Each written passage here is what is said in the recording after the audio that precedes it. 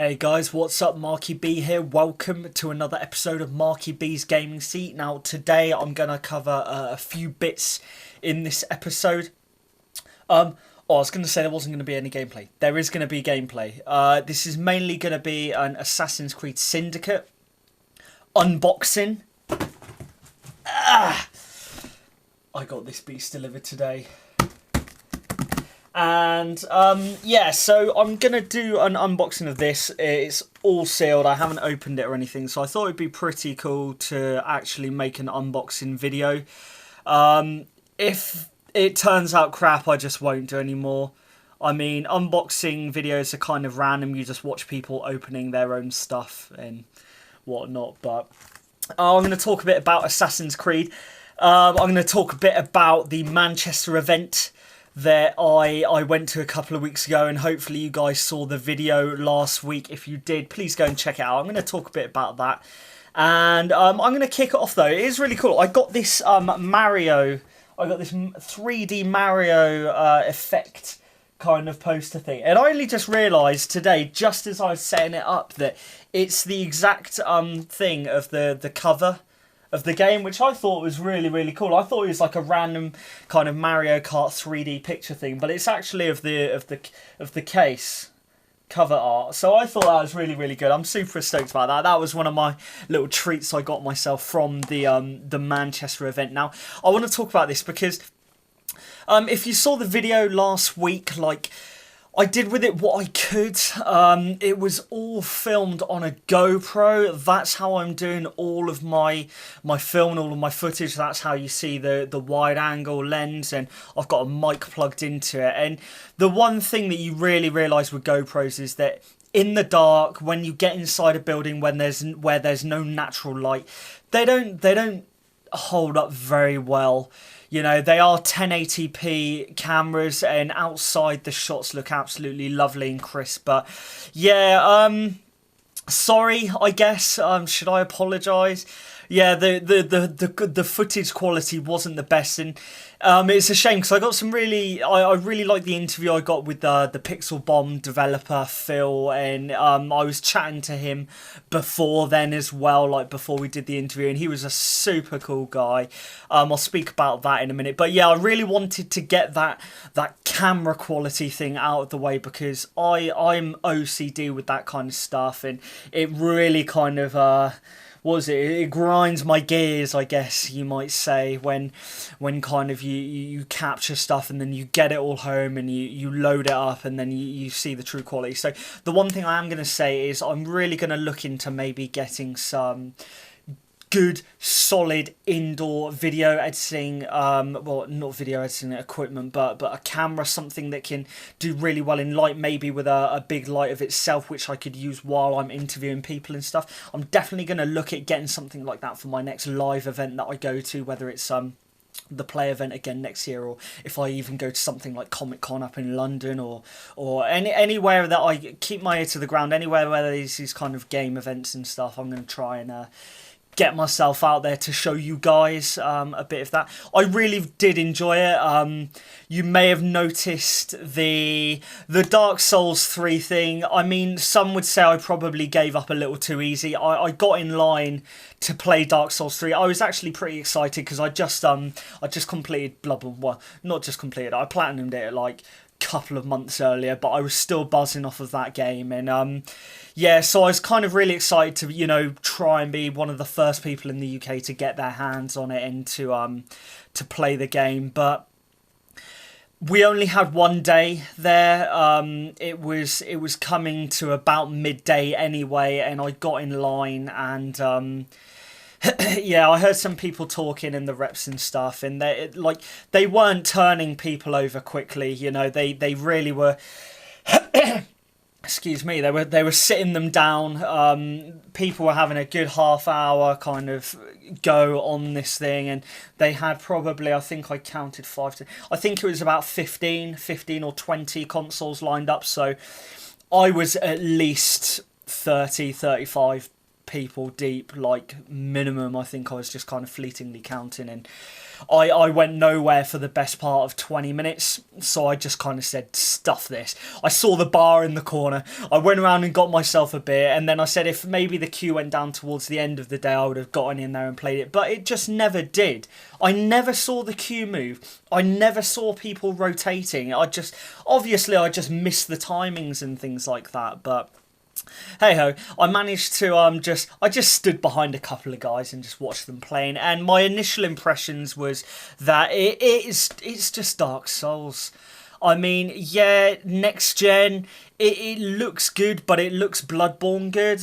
I mean, so I don't think they were taking like a massive leap in terms of like, oh my god, Dark Souls 3, when you see this game, it is gonna like blow your fucking socks off. I think it just looked like a Dark Souls game. And to be honest, there was a dude that I was watching playing who looked identical to a hunter from Bloodborne. I don't know if you heard me kind of saying it in the video. I'm kind of going, that guy looks just like a hunter. So I almost felt like I was just watching someone playing Bloodborne. But yeah, given more time, I would probably hold my ground, stay in the queue for a couple of hours, and actually maybe try and speak to one of the testers. Although they're not developers, they were just there as reps. So maybe speak to one of them, get some information out of them, play the game, really give you a hands-on impression. Something I plan to do, obviously, going forward.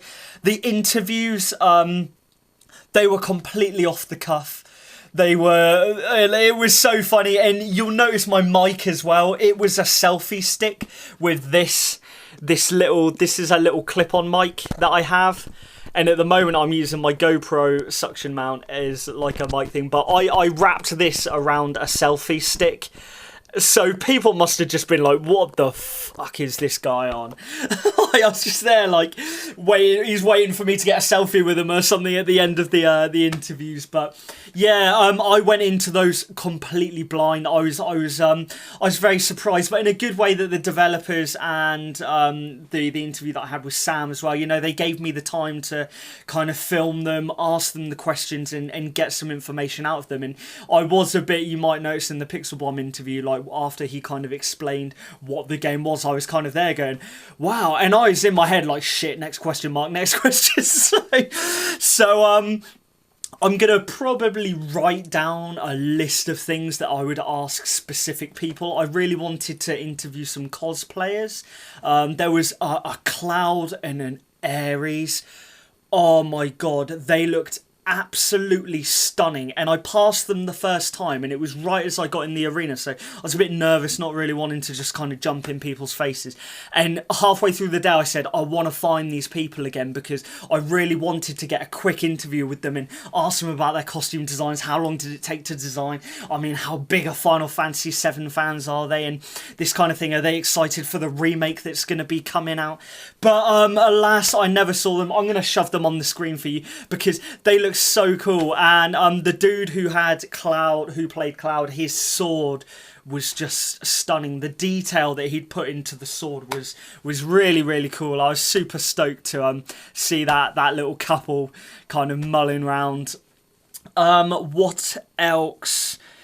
The quality of filming the games, I wish that was a bit better, but again, that's down to the camera thing. So these are all, the reason I'm kind of telling you this stuff is because I'm really learning as I go with these kind of things. I've got many, many years of experience with filming and editing, but when it comes to kind of like being almost like and not, I wouldn't say an entertainer, but when it comes to actually having to put myself out there and just kind of pull random people to the side and ask if I could interview them and try and be interested in their stuff and get information from them, like I'm so new to this whole YouTube thing, and just give me a bit of time to find my feet, learn the ropes, and I've got a feeling next year is going to be a lot more cleaner. We're going to have a better video camera to capture stuff indoors. I'm going to have, I'm going to try and email developers and stuff in advance and see if I can set up little meets with them, and I'm going to find out who's going, where they're going to be, at what time, so I can really get as much content as I can out of that experience for you guys as well, just kind of shown you, for those that couldn't be there, for those who have been interested in this kind of stuff but have never decided to go. That was my very first time. I know that was a lie, that was my second time at a live games event, but it was a lot better than the one I went to at Wembley Arena about 6 years ago. That was my first time, but this was a really cool event. Developers were there, lots of consoles were on display, playing games, having fun, drinking beer. Brilliant laugh. Mortal Kombat, man, I apologise for you guys watching me play Liam. We had a little duel. That was the best of 3 rounds. He beat me on the first one, I beat him on the second, and then it was down to the last round. And we didn't know how to play Mortal Kombat. He was actually better than me. He knew the moves more. I was kind of just spamming the kind of one of these big attacks, which was a bit of a cheat. But it got to the end and the finish him thing came up and I was just like, right, here we go. So I turned to the dude, I don't know if you saw, I kind of turned to the guy and I go, what's my finish him? And the guy was just like, I don't know. I was like, oh, crap it. So I was just kind of like spamming any button in hope that it works. And I gave him a tiny little punch in the head and that's it. Biggest disappointment. Everyone wants to see that gory fatality at the end of Mortal Kombat. So I apologise for that. But what was even more funny was we finished playing and I turned around and I'm not even joking. There was like 30 people, maybe a few more than that, and they were all gathered round behind the camera and I just turned around and everyone was obviously there watching us play, hoping that they were going to see this epic gory finale. And I was just like, turned around and was like, oh, sorry guys. I've never played that game before. I'd never played Mortal Kombat 10, and I only found out after a dude told me that I think it's in the pause menu now, so I could have paused it and quickly gone to the moves list, and I think it is under there, the fatality, and I was gutted about that. It would have been awesome to get a cheeky kind of final gory bit of footage. So yeah, I'm sure everyone was disappointed watching me play that, expecting me to pull something out of the bag at the last minute. Other than that, like, yeah, like I had a blast. I absolutely loved it. There was arcades there were pinball machines, and I think that was really, really cool. Anyway, I've spoken a lot about that. Let's get jumped in to this opening of Assassin's Creed. Oh yeah, I'm going to talk about Assassin's Creed. Yeah, I've got high hopes for this. People who have played it have said it is a good game. Please give it a chance. There's going to be trains in it. There's going to be vehicles and carriages, and it's set in London, which is awesome. I'd say it's my hometown. It's not my hometown. It's in my country. So it's about 200 miles. No, it's about 150 miles from where I live. But you know, it's my home country. I'm looking forward to getting stuck in and seeing if I can get a bit of raw British culture back in the Industrial Revolution, late 1800s. So let's get this opened. Let's give them a chance, guys. Let's see if you know, they can claw themselves back. They deserve that. So I'm just gonna kind of hold it up in front of the camera because I could dip the camera down and stuff, but I don't know. It's a big box anyway. So first of all, children, if you are opening this yourself, please get an adult and always use a small knife. Nah, who the fuck am I kidding? Use a huge knife. Beer.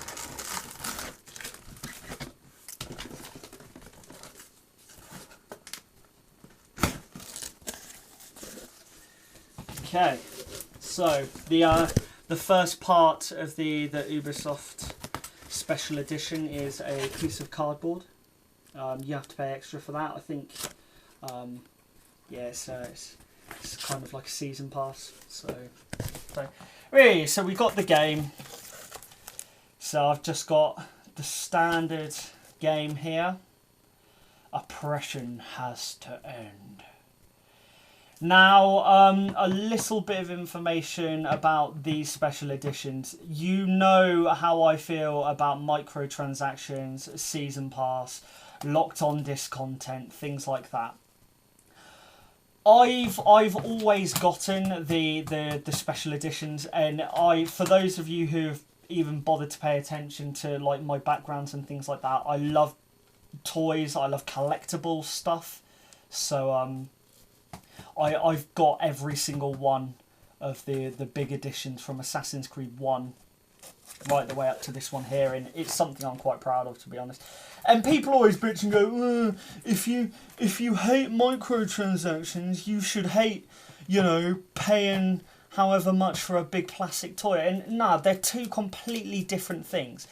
For starters, this is physical stuff, you know. You can display it, you can enjoy it, you can actually have it on your shelf, wherever you would fancy putting it. I actually keep them boxed up because I really like to preserve them. But secondly, it doesn't alter the fucking game. It doesn't alter the game. Like, if they're going to put microtransactions and stuff like that in it, they're altering the game to make sure that, you know, you can then have to go and buy those little bits. So yeah, there are huge differences between this and that. And I've got the Pip-Boy edition of Fallout 4 pre-ordered. Yeah, so if you want to see an unboxing of that, I might do that as well. But this is the I think it's in Europe only. This is the Big Ben edition. Holy hell, I always go onto the Uplay sites to buy these because it looks massive. Oh, so this is going to come out this way, I think. If I see, it's got a drawer at the bottom. Oh, I hope this is in good condition, because I'm going to flip my shit if the UPS man has not done it. If there's a dent or something in it. So, right, here goes the crappy box. Wow. I think that comes off. Awesome. Okay, so that is the beast. It looks like it opens out.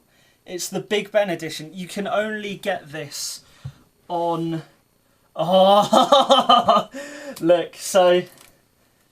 Okay, what's that? That is... Thank you for being one of our most loyal fans. Ah. This is the ultimate edition for Assassin's Creed Syndicate. This product was built thanks to your enthusiasm and passion, with the utmost care and attention. So that looks pretty cool. It's like a little thank you lithograph card thing. It's all nicely in its plastic. This little baby right here. I might be getting this out at weddings and stuff.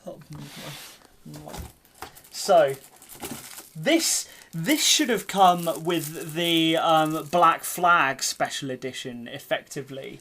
But so you got your hip flask, you've got your Assassin's Creed hip flask while you're, you know, it's busy work killing all those Templars. So if you want to slap some whiskey in that or a bit of rum, I would be really tempted to use that. But oh, it says London Rooks on it as well, which is the gang that you kind of create in there. So that looks really cool. I like that. So we've got one of those. Was there anything else in here? Oh, sweet. So there is a... Oh, yeah. So this is just the metal case. I don't know, you know, if you're going to give a special edition with a metal case, just put the fucking game in it. Like, I don't, you give me that and then you give me this. So I'll put the game in this and then, I don't know. But yeah, so that's a metal case, which looks pretty cool. Oppression has to end. And this is a really long video, sorry about that. And so this is like an art book, characters and weapons, things like that. Some pretty cool things. There's Evie there, Jacob and Evie. I think that's Charles Dickens. Yeah, it looks like Mr. Dickens there, and it's an art book. I'm not going to go through every page, obviously. So that's pretty cool. I do like things like that. And oh, this is good. Oh, sweet. I always like these, getting these little dry pack. They're that's what really makes it special for me. So the other one, oh, this is a map of London. So this is going to be, I wonder how accurate this is going to be to the game. So that can't be the whole thing. Do you reckon? It's meant to be a third bigger than Unity. Oh, that might just be that might just be London City, like this. It says City of London, the Strand, Thames, Southwark. Yeah, I don't know whether that's one area or the whole area, but it's meant to be a third bigger than Unity. And Paris was huge. Paris was absolutely massive in that. So, right, that's all. A little hip flask. That can go in there. That can go back. So far, so good. No damage. Thank you, Mr. Delivery Man. Now, how do I open this? Because I'm really conscious with doing stuff like this. Like, how do you open it? Ah! Okay, so.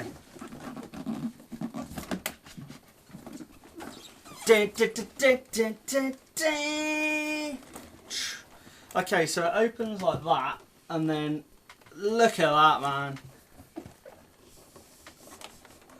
That is super cool. This is the one where it has him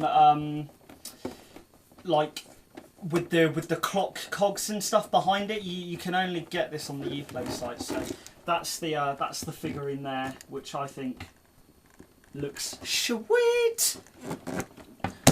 Right, that's it. That's it. I'm gonna spark this up, and this video is really long. It's 29 minutes coming on, so I'm gonna spark this up and then maybe do a second video with the gameplay footage. Come back on the next episode where you can get my first few hours verdict of playing this game. Now, I know I said I'm a huge Assassin's Creed fan, but I always reserve judgment until playing the game. I appreciate there have been shit versions of Assassin's Creed, so come back, guys. I'm going to stream as well, so maybe there'll be some Twitch stuff, but until the next show.